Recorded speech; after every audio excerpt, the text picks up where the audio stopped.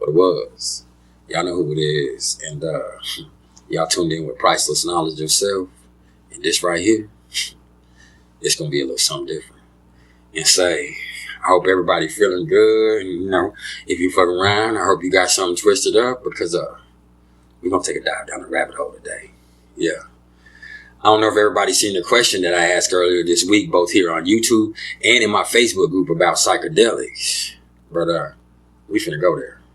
See, I've had a lot of experiences in my life. Some of them were traumatic. You know, some of them were all about accountability. And then some of them were psychedelic.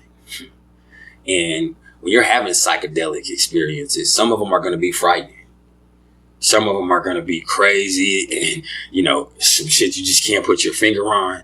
And some of them are going to be so spiritually enlightening that it changes your whole perspective of everything. And we're going to touch on two of those because one of them actually led into the other with me. Okay. So we're going to talk about that here today. And before I go any further, let me first say that in talking about the things I'm going to talk about here today, I am in no way condoning or promoting you to go out and use narcotics yourself. Okay. In any way, form, or fashion. Okay. But what I am talking about here is spiritual medicine from ancient times. Okay. That's something to understand. Okay. So never get the two twisted because they are not one and the same. They're not. And let me also say that, you know, I'm going to tie this stuff in together because the psychedelic experiences I had over a decade ago actually have only been confirmed in the spiritual awakening that I've been going through, you know, here the last 6-7 years. So it's going to definitely take you somewhere that, you know, you might not be ready to go. But as long as you're open to it, as long as you don't make more of it than what it is, but you also take something amazing from it, then you'll be all right. Okay. Let me also say that, you know, these experiences that I'm talking about, this is stuff that happened to me back in, 15 years ago. Okay. And I'm not saying that I wouldn't indulge now. I'm just saying that I'm at a whole different place in my life. Okay. And I'm also at a point spiritually where I don't need psychedelics to go where I need to go. I'm a trip without it. Okay. And another thing about psychedelics is, psychedelics is not really something that you end up abusing most of the time. Now, there have been cases where some people do, and, there's exceptions to every rule. But generally, what I've seen with people in their psychedelic experiences is that, they have a few trips. Something happens that either scares them or something happens that,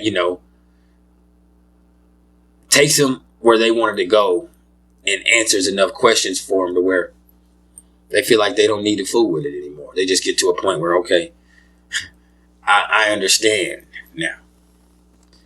And the greatest thing in understanding is knowing that there's going to be some things that you'll never understand. Because the ways of heaven, they're just not to be known to the ways of man. Some of us have some hints and some clues and some, some nice perspective on it. But the greatest answer that anybody can ever give you is, I don't know. Okay? So, with that in mind, let me light my joint and I'm going to take you back in time. Okay? And let me say this too, okay? y'all finna hear some crazy ass shit. I ain't gonna lie to you. Because this first experience that I'm gonna speak on, it was a mug. I'm gonna tell you now. It was something else. But this first crazy comical experience that I had led into the spiritual experience that I had a little bit later on, okay? And hey, if any of my friends, and people that have known me from back in the day watch this channel, man, they can definitely confirm these stories, okay? Because, hey, if you ain't figured it out yet, I can be a damn fool, okay? I can get out there. Okay? Okay. So, we're going back to, I think, 2007, 2008, maybe. Okay? And what had happened is, I was at a crazy time in my life. I was 21 years old. I was out in the streets rough. I had a rap career that it started out really promising. I had a small record deal. And if anybody wants to hear about it or see it, you can see the links. I'll put a link to my music videos that are here on YouTube from back in the day, but way back then, and you can go check me out. But, that's beside the fact. But, I had a rap career that was kind of fading now. It seemed promising, but we weren't making any money. We got a lot of attention, but not money. Okay. I had just had a daughter, and I was married, but because of my own, weakness, because of my own, immaturity, my wife and my daughter's mom had already left me and divorced me. Okay. So I was in a bad time, and pardon me, I was forced to go live with my best friend. His name's Trordell. Okay. And Trordell, he's a Cancer Sun, Aquarius Moon. Okay. And he's one of the greatest guys I know. And he's my best friend in the whole world. Him and his brother, who's a Aries Sun and a Pisces Moon. Okay. We call each other brothers, but, we're all best friends, man. They're really actually first cousins, but they call each other brothers. And then I'm their best friend. First, it was me and Jonathan, who, we were best friends because we were in the music group together. Me and him had a music group called Game House. You know what I'm saying? And you can look at my channel right here, and there are a couple songs that have me and Jonathan on them from back in, when we were in 2004 or 2005, way back when we were, 18, or even before that, 2003, when we were 17 and things like that. Okay. So you can go back and check that out and see us. There are some songs here on the channel, but, Jonathan's an Aries Sun, Pisces Moon, and I'm a Cancer Sun, Pisces Moon. That's my ace boon coon. And for those of y'all that don't know that term, because y'all ain't up on game, ace boon coon just basically means your best friend. Okay, you're number one. Okay, that's my logo right there. Okay, and so anyway, both of these are my best friends, and they're like night and day in being brothers. Like I said, one's Aries Sun, Pisces Moon, the other one's Cancer Sun, Aquarius Moon. Trordell, let me tell you about him. He's a couple years older than us, and he's about 260 pounds, solid muscle. Always has been as long as I've known him. He's about 6'1". Okay, maybe 6'2" on the high end of 6'1", but he's a big old boy. You understand? You know what I mean? They're from East Texas, and, that's how solid he is. Now, Jonathan, he's a little bit bigger than me, but he's as black as an ace of spades, got his front tooth. Now, I got a chip tooth because mine got knocked out when I was bouncing in the bar, but, he got his whole front tooth missing, blacker than the ace of spades, but, musical talent, testicular fortitude, you know what I'm saying? That's my ace boon coon. You know what I'm saying?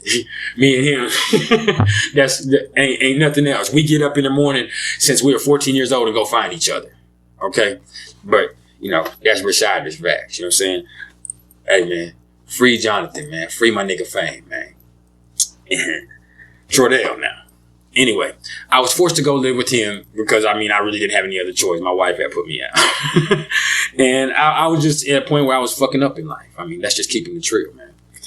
And Trordell, he hangs around a lot of college guys at that time, even though he's a little bit older. if I was 21, Trordell was 23 or 24. Okay. And we were hanging around. He hung around a lot of college guys. He landscaped for 15 years, as big as he was. That's just what he wanted to do. Like I said, he's an Aquarius. He wanted to do the exact, and a Cancer too. So he wanted to do the exact same thing every day.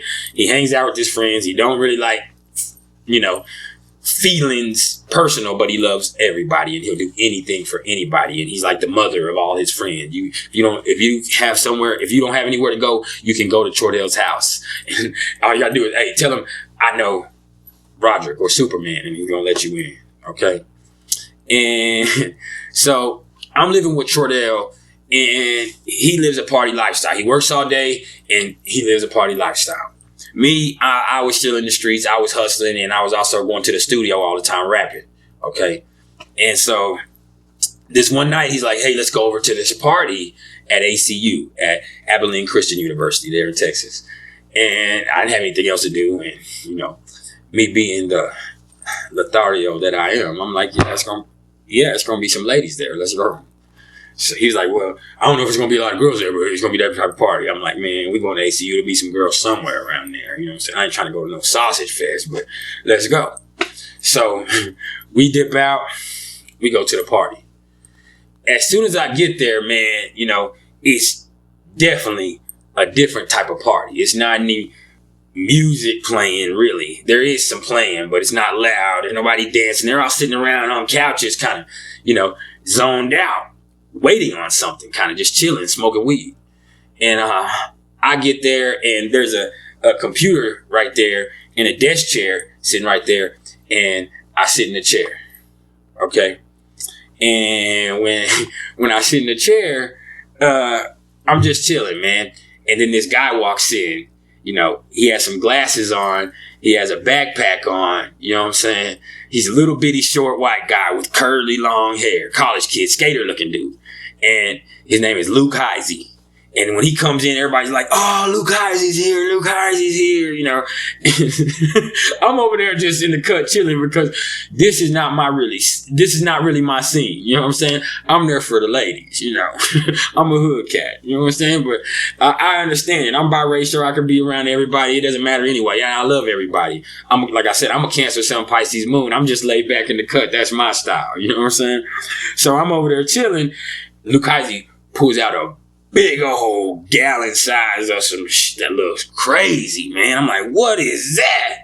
And then the dude whose house it is, Trordell's good friend, and a guy that grew to be my good friend, through these experiences, Clint, he's a half white, half Asian guy. And he has like, really kind of green eyes. And, back then we were in college, he had a little goatee, long hair that went down to his back. And, he's a little bit shorter, but he's very introspective. Okay. He's very quiet. He kind of sits back and watches everything. But, you know what I mean? He is one of the chillest dudes you'd ever meet. Okay. And so Clint walks into the room and he's like, all right, hey, y'all, Luke has shrooms. And immediately, as soon as I hear that, I've heard of shrooms, of course. I'm like, man, oh, man, they're on some white boy stuff. I'm like, man, they on some white boy stuff. I'm not finna mess around at all. So I'm at this computer desk like, they finna be tripping.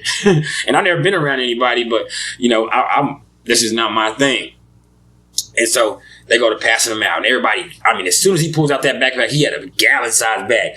In 5 minutes, that whole bag was gone. Everybody bought them all. And I was like, dang, it's like that. And, the hustler in me is like, man, I might need to get into that racket right there. So I'm just paying attention to that. And so I'm sitting in my little chair swiveling kind of like I am right now. And Clint comes over to me. And he's like, hey, Superman. And let me preface this to y'all, okay, just so y'all know me. I'm going to put y'all up on game about me a little bit. My nickname in my hometown and in the streets and by people that, know me, and not just from rapping, but from everything, since I was 14 years old, is Superman. You know what I'm saying? And a lot of people are like, oh, that's because you just think you that fly. I know. I didn't name myself Superman. I'm going to be honest with you and say that one of my other good friends, another one of my best friends that I call my brother, Neckbone, he started calling me Superman, trying to clown me because he was really calling me a Captain Saberho.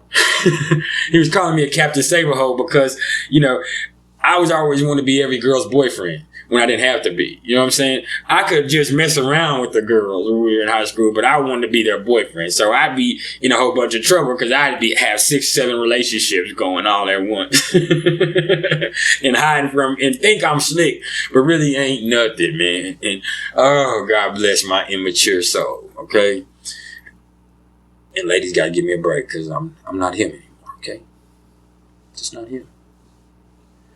But anyway, so they call me Superman. So Clint comes over to me. He's like, hey, Superman. He said, you want to do some shrooms? He said, I bought an 1/8 for you. And I said, man, nah, I ain't with that white boy stuff. And it's because I'm scared, really, to be honest, man. And he's like, Superman, you want to try some stuff that'll really make you feel like Superman? And anytime anybody that knows me tries to get me to do some kind of drug, that's always their line with me. You want to do some stuff that really want to make you feel like Superman?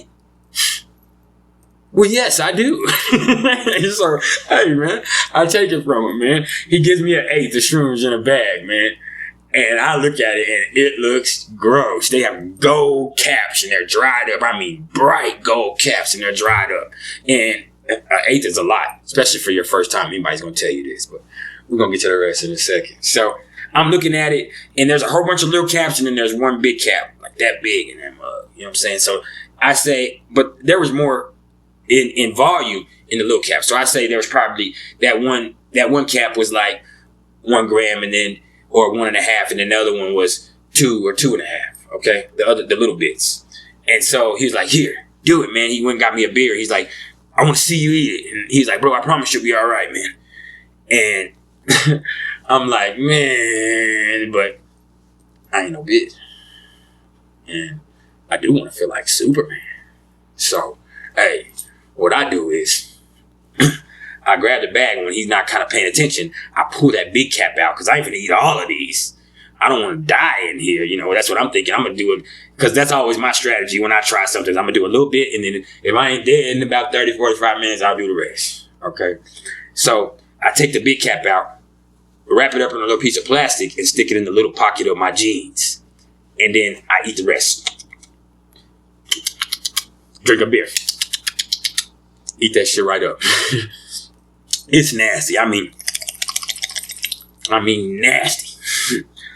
And so, what happens with that is he's like, as soon as he says that, he looks at me and he smiles real big. And Trordell turns around, and he's my best friend. And like I said, he's always like my protector, but I'm also like his protector in a way, intellectually, because Trordell is not, he's the greatest guy in the world. He's huge. He has the biggest heart. You know what I'm saying? But Trordell, and he doesn't have any aggression whatsoever.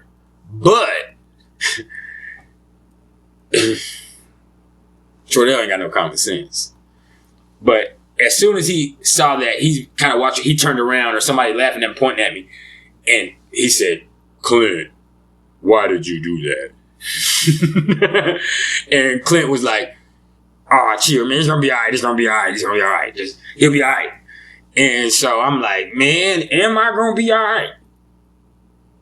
Because now I'm starting to doubt this situation, man. And so he's like, Clint is like, hey, and this is important because I'm gonna speed it up here in a second. Clint is like, turn your phone off, bro. He said, and I said, turn my phone off. He said, I'm telling you now, Rodrigo, I'm asking you to turn your phone off. He said, because when these shrooms kick in, you don't want to have your phone and be calling people or answering your phone, and then the stuff's going to happen that you won't be able to explain tomorrow. And I'm like, man, what you done gave me? And so he like, you'll be all right. And so He walks off kind of, and they lead me to my guys. I'm sitting at this desk like I'm sitting at this desk now, and I'm chilling. Blunts coming around, rolling weed. And then next thing I know, it probably been like 30 minutes, 15, 20 minutes, I don't know. At first I was just doing this with the chair.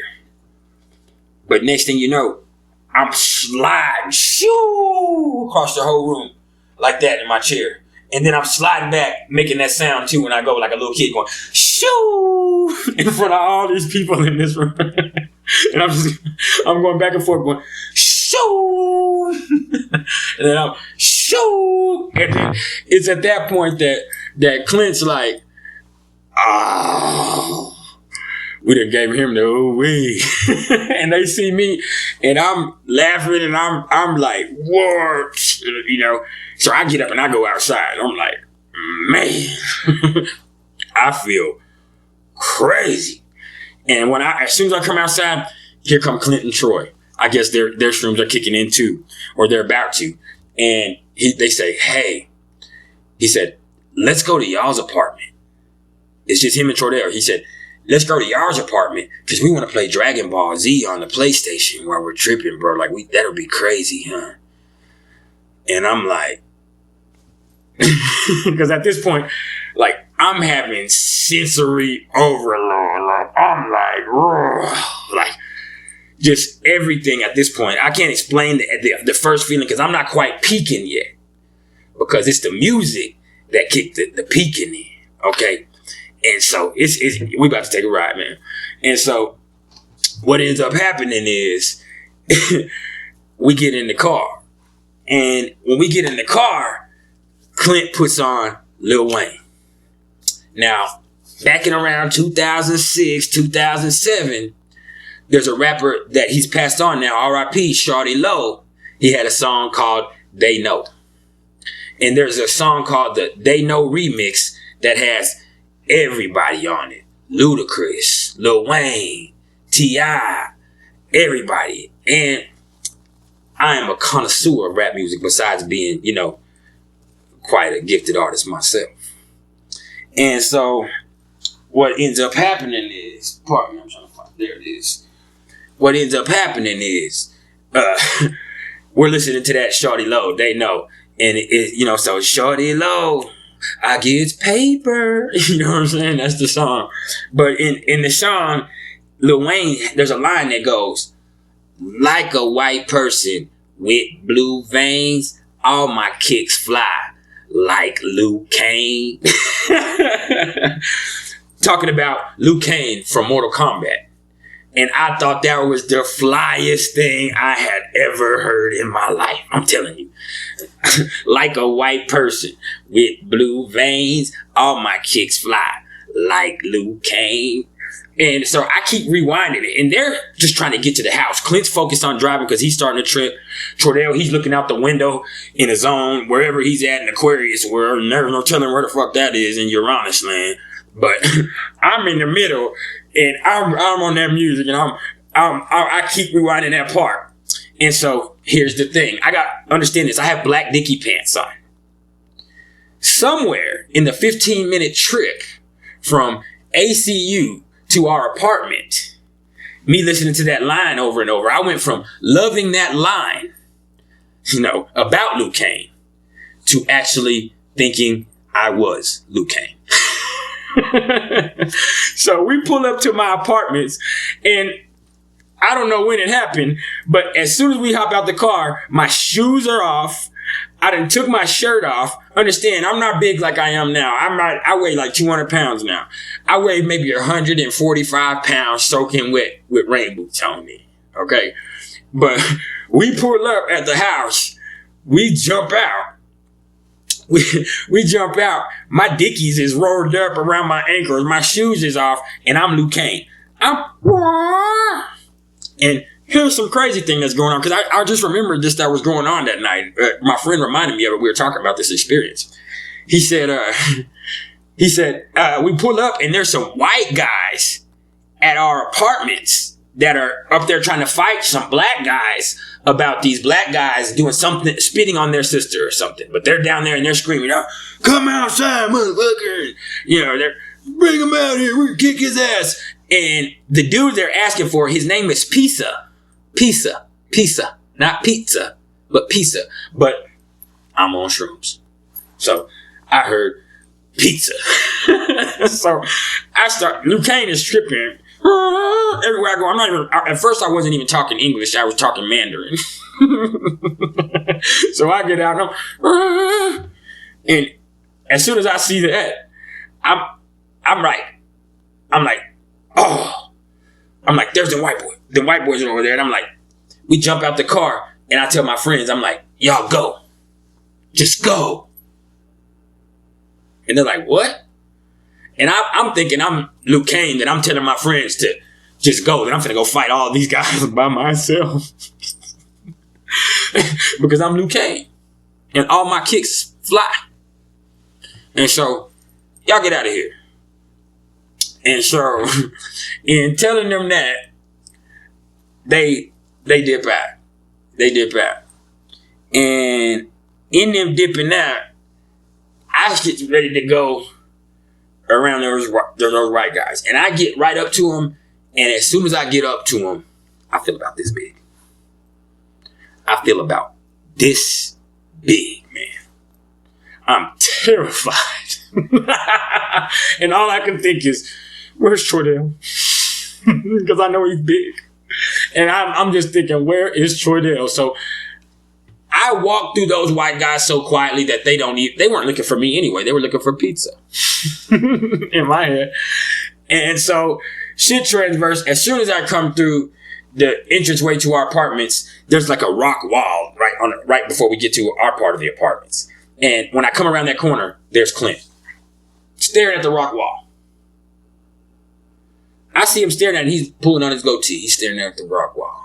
And I walk up to him. And I'm not Luke Kane anymore. Understand that. Like, I lost that Luke Kane facade when I went through them white guys. They killed Luke Kane.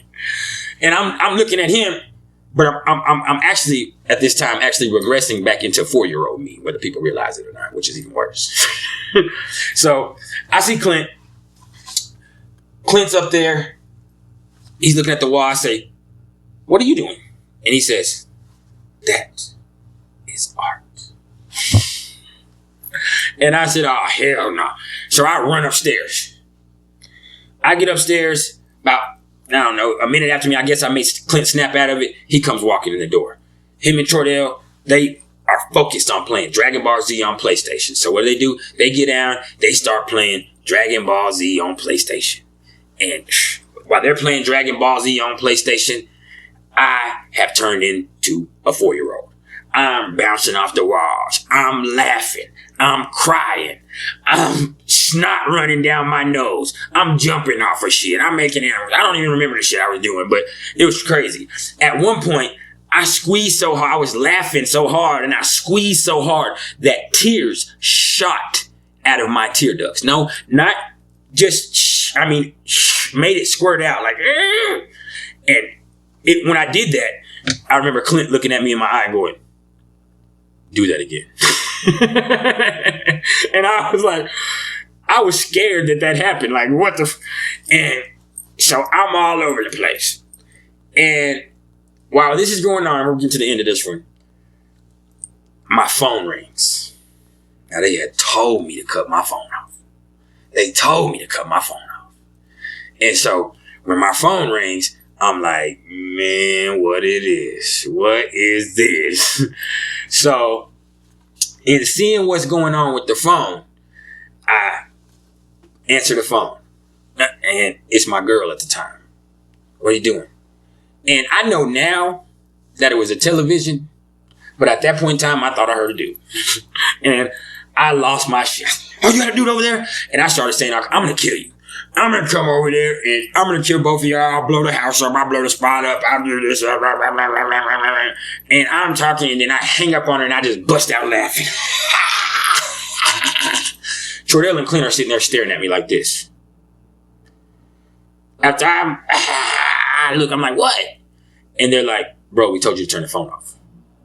We told your dumb ass to turn the phone off. And I'm like, so I turn my phone off. I turn my phone off, and we go to chilling. And at that point, that's what I was called kind of peaking, where there's a whole different spectrum of things you got going on. But I start to come down a little bit, okay, and then coming down a little bit,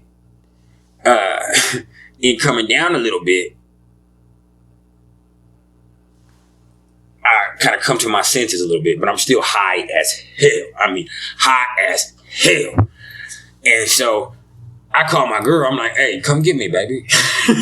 She's like, remember you just said you was going to kill me, all kinds of stuff? Hell no. She said, you live here. If you get here, you get here. But I'm not coming to get you. I'm not riding in the car with you. I don't know what's wrong with you. And I'm like, all right. So Clint's getting up to leave. And I'm like, Clint, take me home. And he's like, don't you live here? And I'm like, take me to my girl's house. And he's like, all right. So we get in the car with Clint. We get in the car with Clint, man. And I get in the car with Clint. And I'm riding home. I've got my wits about me. But right about 5 minutes before we pull into my apartment, I reach into my pocket. And guess what? I pull out that big cap that I didn't eat earlier.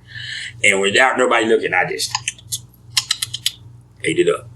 Ate it up like a dumbass. And so I go home. I go in the house. I get in the bed.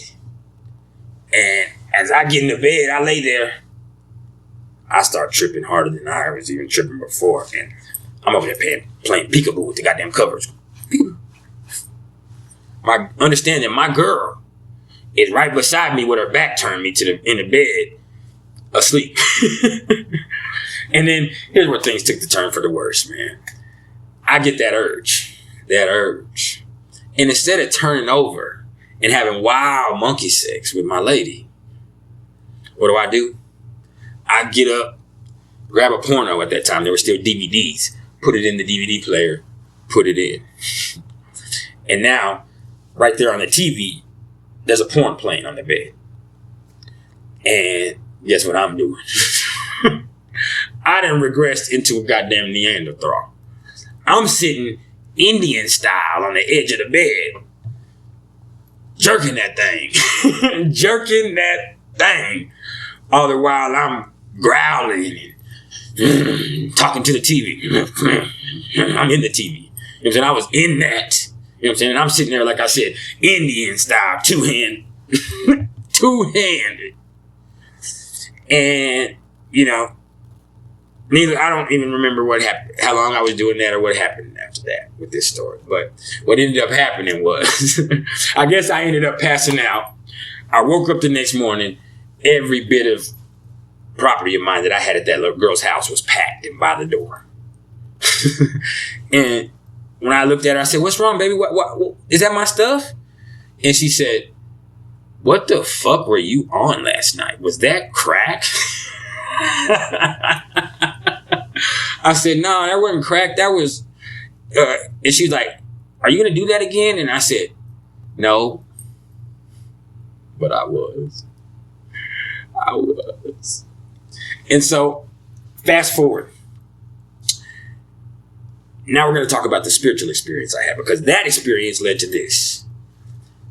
I love that experience so much, and I wanted to do shrooms so bad that I had ended up, hitting a lick or, doing some illegal activity and coming up on a large sum of money.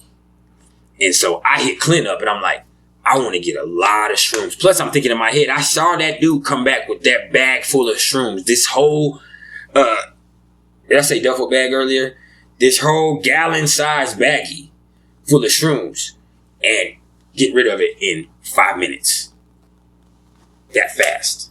So I'm thinking, I'm about to have the time of my life and I'm like, hey, bro, let's go to Austin for a weekend, get a badass hotel room, buy a pound of mushrooms, trip the fuck out in a badass hotel suite, and then come back and make all the money that we just spent back triple, just like that.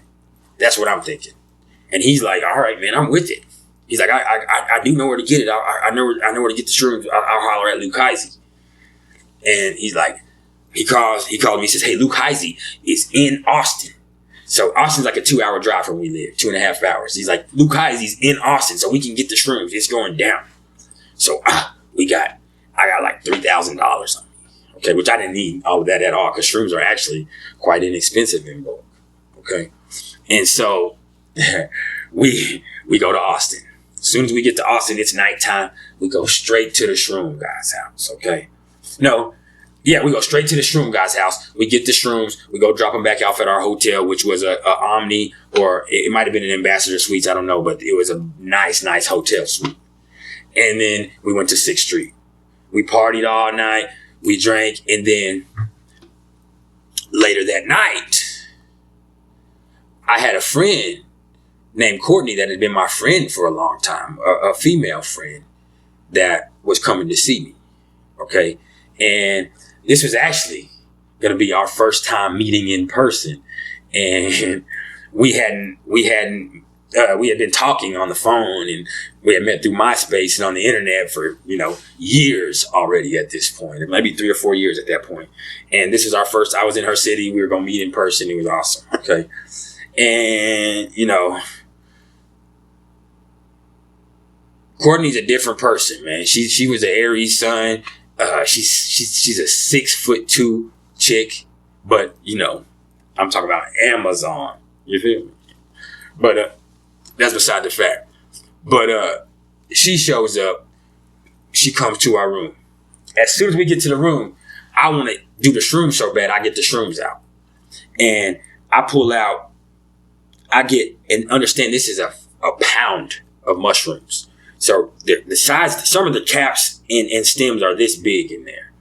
I pull out the 10 biggest caps and stems in that mug. And I give 5 to myself, give 5 to Clint. I'm like, let's do it, bro.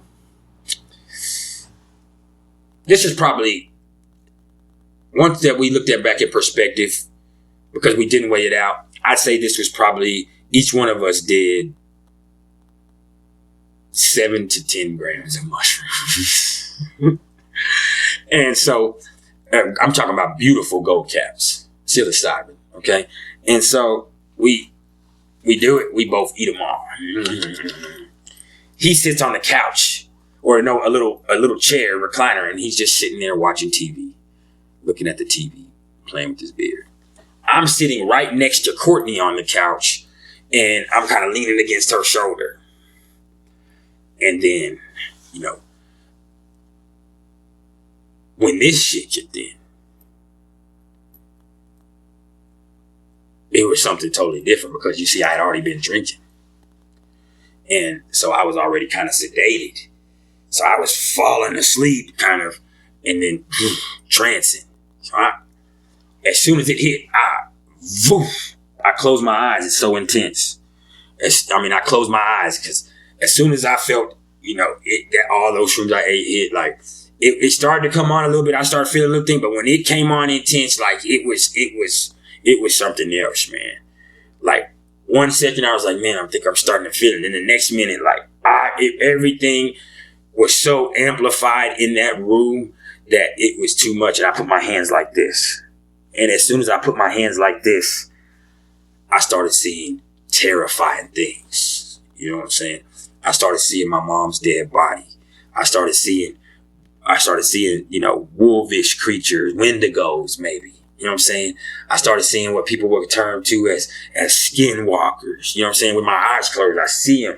And then it's also like, it's like the things that are night terrors. I can feel something in the darkness impending there to get me. And then I feel something else in that moment. Then there's a whole nother presence in there, not just me and this presence that I'm terrified of. And this presence says, it doesn't really say, but I feel it convey something along the lines that, hey, it said that you're not coming at him on a level playing field. Don't do that to him. That's all I got from it. But you are using this time to fuck with him. And I'm not going to let that go down. And then as soon as that happened, my whole world lit up. From my fingertips to my shoulders to my head to my eyeballs down to my toes. Then it went inside. You know what I'm saying? I felt it going through every bit of me and my whole body and my whole being and my whole spirit. It started pulsating. It started boom, boom, boom, vibrating. And that vibrating, it was going like this. And this is the crazy part. And I tried to open my eyes. When I opened my eyes, I was not in the room that I was before. I was in a light. And it was just vibrating. And the vibrating was going, God is love. God is love. God is love. God is love. God is love. Roderick Turner. God is love. God is love. God is love. God is love. Roderick Turner. God is love. God is love. God is love. God is love. God is love. God is love. And I mean, I am engulfed in the light. You understand me? And if anybody's been on shrooms, you know, especially high dose, it's almost like ecstasy, but way more intensified. It's like a roll. You're peaking and then, you know, you'll take a deep breath and you'll be able to center just a little bit. You know what I'm saying? And it's, God is love. God is love. And I guess I take a deep breath and I breathe and I'm back in the room and I look at Courtney. And she's looking at me. And she said, are you all right? And I looked up at her and I said, yeah. And she said, you were crying and breathing extremely hard. And she said, I could feel you. She said, your whole body was moving like you were dancing, like vibrating. And I was like, what? And I'm like, oh, hell no. So I go in the bathroom. I splash water on my face. I splash water on my face and I look in the mirror. And when I look in the mirror, motherfucker in the mirror ain't doing the same shit that I'm doing. When I look up in the mirror, the individual in the mirror did his arm like this, told me to get back in there. Get out of that bathroom. And so I got out of that bathroom. I'm going to sit back beside her. I look at Clint. And he's not looking at me. And so I lay back. And as soon as I lay back, I go back into that state of being that I was in before. I feel it. God is love. God is love. God is love. God is love. God is love. And then in that God is love,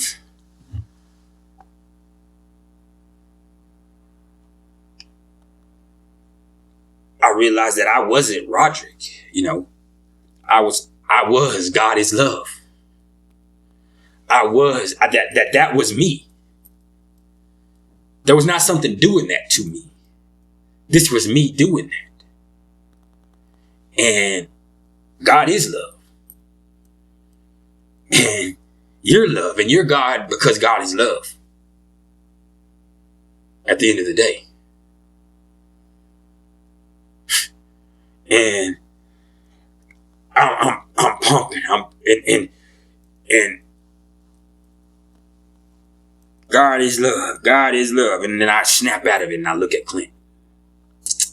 And when I look at Clint, this time he turns slowly from the TV and he looks at me and he says, it's crazy when they let you in on the secret, ain't it? And then he just turns his head back to the TV and just keeps looking back, keeps watching TV, back in whatever state he was in. And then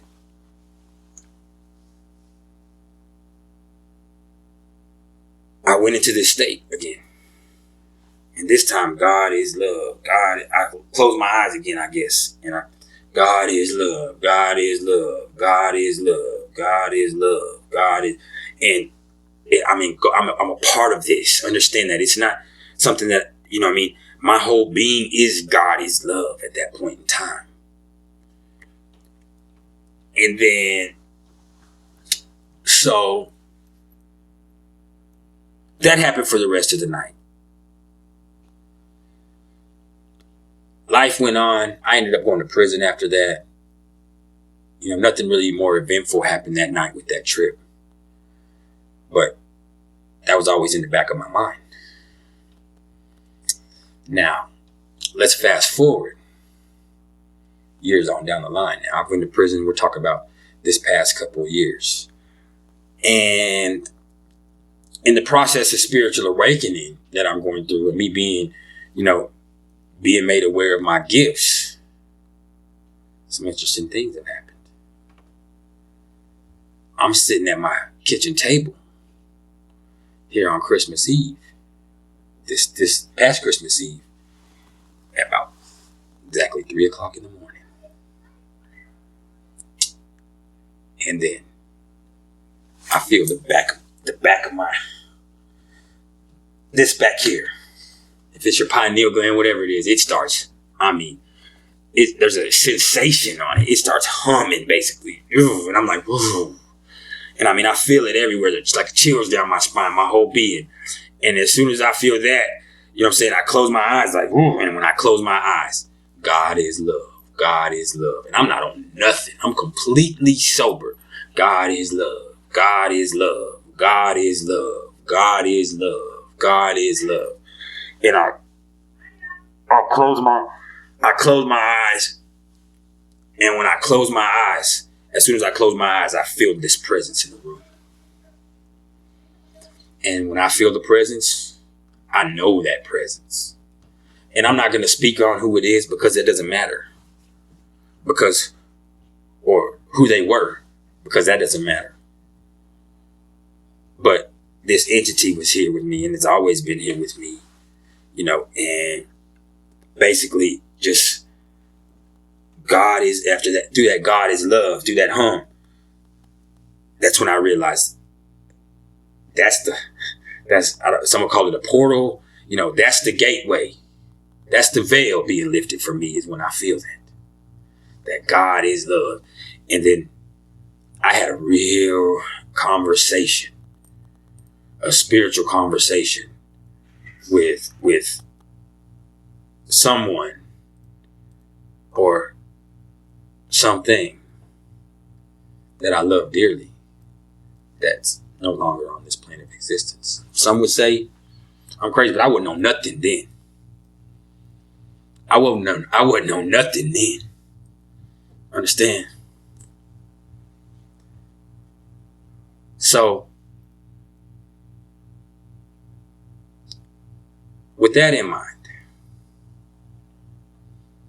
this has been a fun story. Everything I just said to y'all is cool. And, I just want everybody to know that, hey, there's all kinds of things you can experience in this life, I promise. And I've had more psychedelic experiences that I'm going to speak on in the coming weeks. I've had prison experiences that have nothing to do with psychedelics that I'm going to speak on in the coming weeks, because during the week, we're going to do astrology. On the weekend, I'm going to tell stories, and I'm going to relate it back sometimes to astrology. Because why am I into psychedelics? It might be my Pisces moon. It might be my Cancer sun in the 9th house. Okay. It may be that I have no planets in my 12th house, so I really want to know what's going on. I don't know. But, there's experiences with DMT. There's experience that's way more intense than this mushroom experiences that I've had, here recently, that have really, put some things into question and, brought some other things into perspective. But, hey, maybe I'm full of shit. And the thing is, man, you don't have to believe anything I talk to you about. Okay? Because just because you built like that, you don't have to build like that. Okay? We're going to talk about, by the way, let me go back. Let me tell you too. We're going to talk about sexual experiences on the weekend someday, because I got my podcast coming up within the next month or two. And that's not going to just be astrology either. That's going to be everything. Everything. We're going to talk about family. We're going to talk about healing. We're going to talk about relationship issues. We're going to talk about sex. We're going to talk about love. We're going to talk about astrology. We're going to talk about numerology. We're going to talk about personality types. We're going to talk about the streets. What we're not going to talk about is a whole bunch of pop culture. Okay? Unless we talk about me. which I'm not a part of pop culture. Maybe one day, but not yet. I'm like a cult classic. But look, man, hey, I don't want it to encourage anybody to do anything that they're not comfortable with. But I do know that if you ever find yourself at the right place in mind,